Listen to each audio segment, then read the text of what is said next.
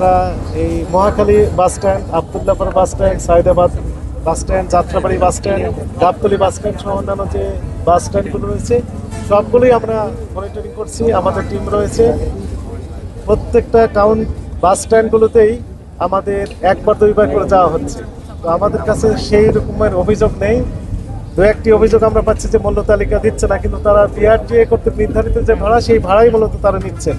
কিন্তু অসাবধানতা বশত দু একজন পরিবহন মালিক কি করছেন, কাউন্টার থেকে আমরা দেখছি যে এই টেবিলের নিচে তারা মূল্য তালিকার চার্টটা রেখে দিয়েছেন।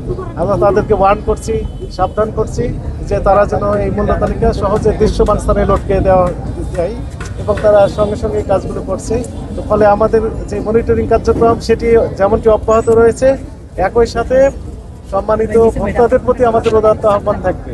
সেটি হচ্ছে আমরা তো 24 ঘন্টা ভিজিলেন্স থাকতে পারবো না।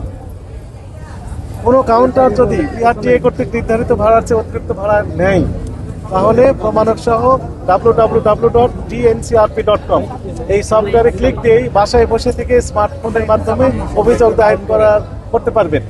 অভিযোগ পেলে আমরা ঈদের পরেই শুনানিতে ডাকবো সেই বাস কাউন্টারের কর্তৃপক্ষকে। সেখানে শুনানিতে অভিযোগের সত্যতা প্রমাণিত হলে দণ্ড আরোপ করা যাবে এবং প্রতিকার দেওয়া যাবে।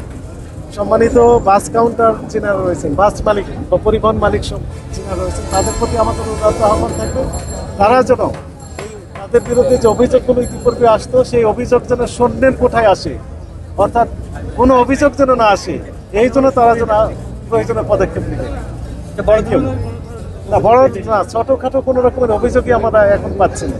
বললাম যে মূল্য তালিকা না টানানো, এরকম একটা অভিযোগ আমরা মাঝে মাঝে পেয়ে থাকছি, সেগুলো আমরা ইমিডিয়েট সলিউশন দিচ্ছি। একই সাথে আরেকটু ছোটখাটো যে বিষয়গুলো ভুল ত্রুটি করছেন সেগুলো তাদেরকে আমরা সাবধান করে দিচ্ছি। তো জনস্বার্থে আমাদের যে মনিটরিং কার্যক্রম সেটি অব্যাহত থাকবে ঈদের আগ দিন পর্যন্ত। Thank you.